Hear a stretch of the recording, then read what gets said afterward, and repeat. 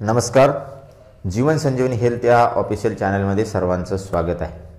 सर्दी, खोकला, बंद नाक किंवा नाक जास्त वाहणं या समस्येसाठी कुठलंही औषध घ्यायची गरज नाही, कुठलाही काढासुद्धा घ्यायची गरज नाही. एक अत्यंत साधा उपाय आपल्या घरामध्ये उपलब्ध असणारा जर आपण केला तर वाहणारं नाक तात्काळ थांबून जातं, बंद नाक जे आहे ते मोकळं होतं आणि श्वासोश्वास तुम्हाला पटकन चांगल्या रीतीने घेता येतो. त्याचबरोबर या उपायामुळं जे विविध प्रकारचे साथीचे आजार आहेत, विविध प्रकारचे जे व्हायरल इन्फेक्शन्स आहेत, सध्या जगामध्ये विविध प्रकारचे व्हायरल इन्फेक्शन आलेले आहेत. व्हायरल इन्फेक्शन तुमच्या जवळ येणार नाही किंवा तुम्हाला त्याचं कुठलीही लागण होणार नाही अशा पद्धतीचा साधा उपाय आहे. हा उपाय इतका साधा आहे की तुम्हाला कुठलं औषध घ्यायचं नाही. फक्त ही आपल्या घरामधली एक वस्तू आपल्याला कापसाच्या बोळ्यामध्ये गुंडाळून ती फक्त कानात ठेवायची आहे.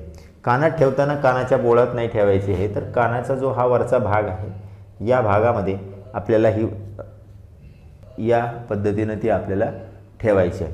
या पद्धतीनं उपाय केल्याबरोबरच नाक जे तुमचं बंद झालेलं आहे सर्दीमुळं ते मोकळं होतं. त्याचबरोबर नाक खूप जास्त प्रमाणामध्ये वाहत असेल, सर्दी खूप झालेली असेल तर ती सुद्धा तात्काळ बंद होते. हा जो पदार्थ आपल्या घरामधला आहे तो आहे लसूण.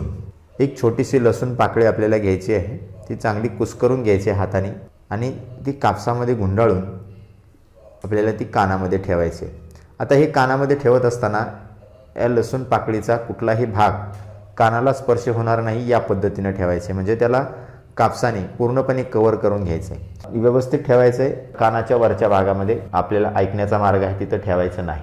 हा पारंपरिक उपाय आहे. आता ज्या पद्धतीनं चीनमध्ये कोरोना व्हायरस खूप भयंकर साथीचा रोग आलेला आहे आणि त्यामुळं सर्व जग जे आहे ते भीतीच्या छायेखाली आहे, तशाच प्रकारची महामारी 1428च्या दरम्यान चीनमध्येच आली होती आणि त्यावेळेस एक साध्या उपायाने त्यावेळेचे लोक त्या रोगापासून त्यांचा बचाव झाला होता. आणि तो उपाय म्हणजे लसूण आणि कांद्याचा एकत्र कूट करून ते घराच्या दारामध्ये खिडकीमध्ये ठेवायचे आणि त्यामुळं त्या जो रोगाचा व्हायरस आहे तो घरामध्ये प्रवेश करत नव्हता. हा लसूण जो असतो या लसणामध्ये ॲलिसिन नावाचा घटक असतो आणि हा घटक एक अँटीबायोटिकसारखं काम करत असतो. आपण जेव्हा लसूण खातो त्यावेळेस हा शरीराला एक रिफ्रेश करण्याचं काम करत असतो. त्याचबरोबर हा लसूण जर तुमच्या जवळ असेल तर तुम्हाला लसणाचा एक उग्र वास येतो. या लसणामध्ये सल्फर असतं आणि त्यामुळे त्याचा उग्र वास येतो.